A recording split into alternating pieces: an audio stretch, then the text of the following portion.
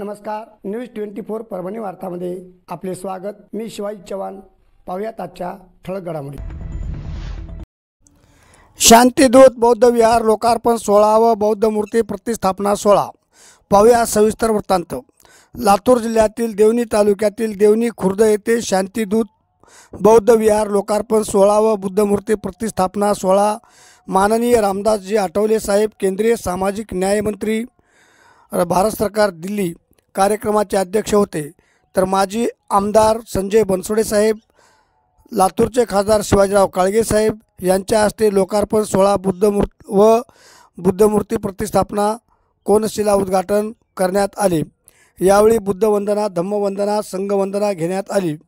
या कार्यक्रमास माननीय चंद्रकांत चिकटे सर, बाबासाहेब कांबळे साहेब, संजय शेटे साहेब, यशवंत पाटील, डॉक्टर अरविंद भातांगरे, ॲडव्होकेट जयवंतराव सोनकवडे, आमदार संभाजीराव पाटील निलंगेकर, आमदार विक्रम काळे सर, माननीय सूरज चव्हाण, पंडित धुमाळ, संयोजन समितीचे भैयासाहेब देवणीकर, प्रशांत कांबळे, अमर देवणीकर, लक्ष्मण रणदिवे पत्रकार व सर्व देवणीकर ग्रामस्थ आणि बौद्ध समाज बांधव उपस्थित होते। तसेच माननीय भंतेजी पयानंद थेरो, भंतेजी नागसेन बोधी आदी मान्यवर या कार्यक्रमास उपस्थित होते। रात्री भीमगीतांचा कार्यक्रम महाराष्ट्रातील प्रसिद्ध गायिका नालंदा सांगवीकर नांदेड यांचा भीमगीतांचा कार्यक्रम बहारदार असा रंगला। या कार्यक्रमाने खूपच रंगत अशी आणली होती। या कार्यक्रमाचे प्रस्ताविक कार्यक्रमाचे मुख्य संयोजक अनिल कांबळे यांनी केले, तर सूत्रसंचालन प्रतीक्षा लोकरे यांनी केले। उपस्थित सर्व मान्यवरांचे प्रशांत कांबळे यांनी आभार मानले।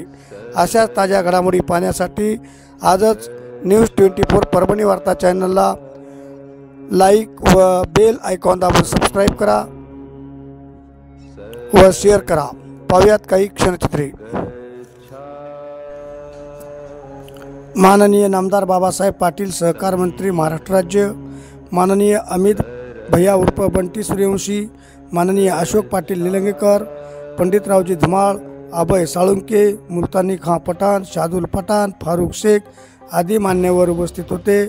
चॅनलला जर आपण नवीन असाल तर आजच चॅनलला लाईक व बेल आयकॉन दाबून सबस्क्राईब करा व शेअर करा। पाहूयात काही क्षणचित्रे।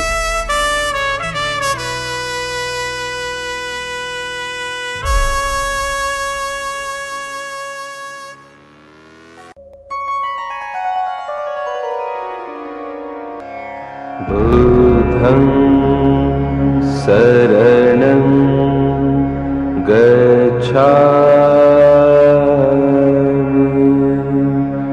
धम्मं शरणं गच्छामि,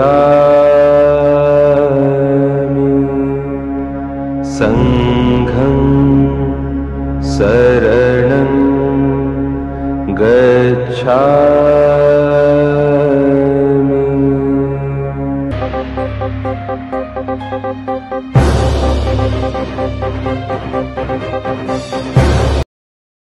चॅनलला आजच लाईक व बेल आयकॉन दाबून सबस्क्राईब करा व शेअर करा। धन्यवाद।